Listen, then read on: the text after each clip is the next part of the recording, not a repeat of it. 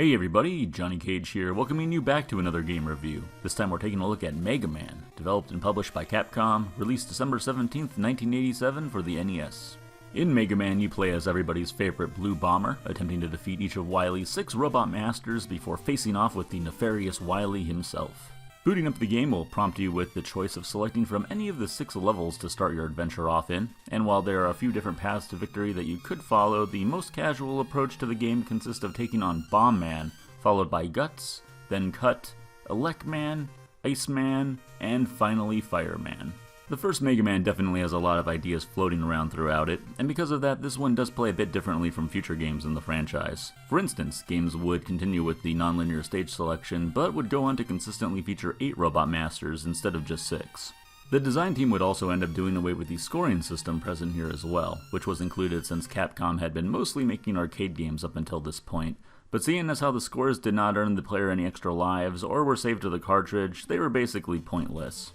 Throughout the levels, Mega Man will encounter a slew of different foes trying to impede his progress. Most of these can be taken out fairly easily with your trusty Mega Buster, and in return will drop goodies in the form of point pellets and 1-ups, as well as big and small health restoring capsules and enemy power capsules. Enemy powers which can be obtained once you defeat a Robot Master, after which you'll have free reign to use the ability as you wish, just as long as you have the energy for it, and will be a significant weakness for one of the other Robot Masters that you will contend with, making that battle a breeze. Mega Man was inspired by the game Rock, Paper, Scissors after all, and in the spirit of that, certain powers are no match for others, and in Japan Mega Man is actually known as Rockman to really drive the point home. I guess Capcom USA executives couldn't quite grasp that concept when it came to the North American release, which explains the name change. There is one standout power in the game, however, the Magnet Beam, which can be found in Elect Man stage and requires Guts Man's power to acquire. At first it seems like it might be optional to your quest as it simply creates platforms you can use to make traversing levels a bit easier.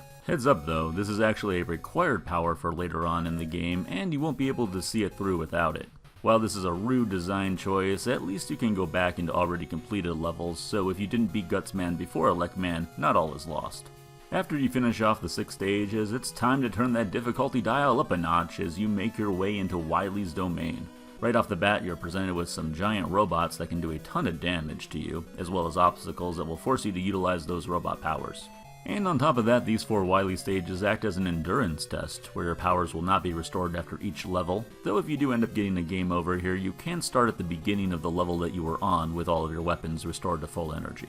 Make it to the end of the first stage here and you'll be greeted with one of the series' most famous and reoccurring baddies, the Yellow Devil. And while he is weak to Elect Man's power, this is a good test of your hand-eye coordination, forcing you to have to make some tight jumps over the Yellow Devil as his body reassembles on the left and right sides of the screen. The next stage doesn't offer anything much outside of what we have already seen, though you will begin the refights with a couple of the Robot Masters here, as Cutman and Elect Man make appearances. In future Mega Man games, you would have to take on all the Robot Masters in a row leading up to the final boss. But here they change things up a bit by spacing the 6 of them out a little, which I actually really enjoy, and I would much rather handle these refights throughout the Wily stages rather than a lackluster gauntlet towards the end of the game that just feels like it's dragging things out. The final stage doesn't have much to it, but will include a gauntlet of its own featuring the 4 remaining robots that you have yet to refight. Though if you have yet to game over, you are probably running quite low on those enemy powers about now. Never fear though, as it is here that you can pick up the only Yashichi in the game, which while somewhat difficult to pick up will provide you with full health and completely restore your powers.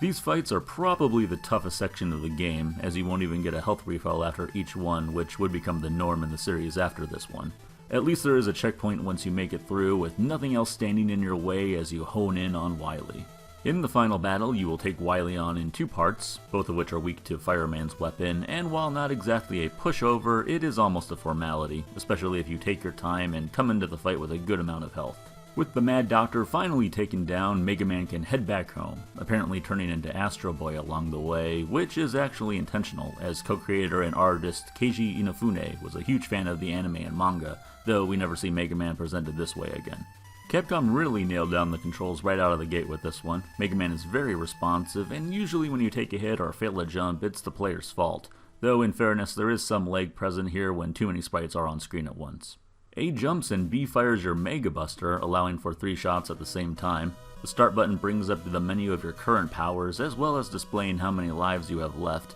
and somewhat strangely the select button acts as a pause, even though bringing up the menu with the start button also stops the action.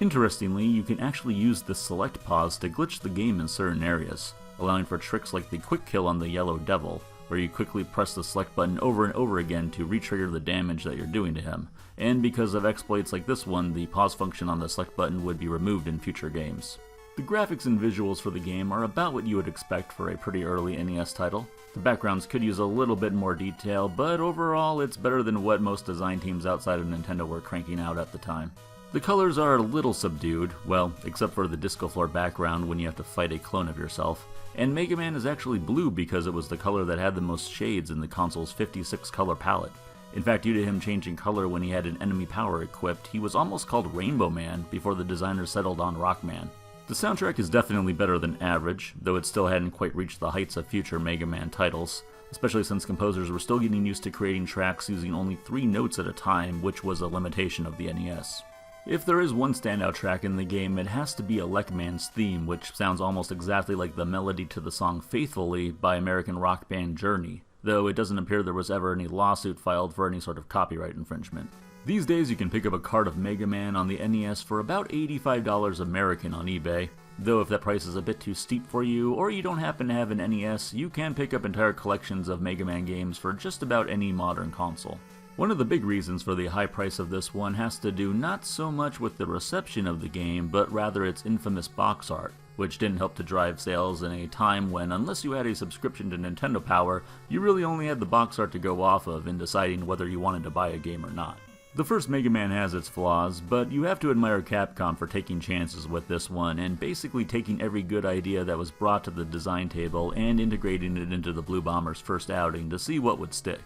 I'm gonna go ahead and give Mega Man on the NES 9 Yoku blocks out of 10. With this being the first in the series, it's a great place for anyone new to Mega Man to start, and despite some minor issues, this is easily in the top 100 NES games of all time. Maybe they'll even get those issues sorted out with the sequel. Stay tuned to find out. Thank you everyone for watching, and if you'd like to stay posted on new game reviews as I upload them, please click the subscribe button, as well as checking out the link in the description below for my Twitch channel where I stream most days. I'll talk to you all later on.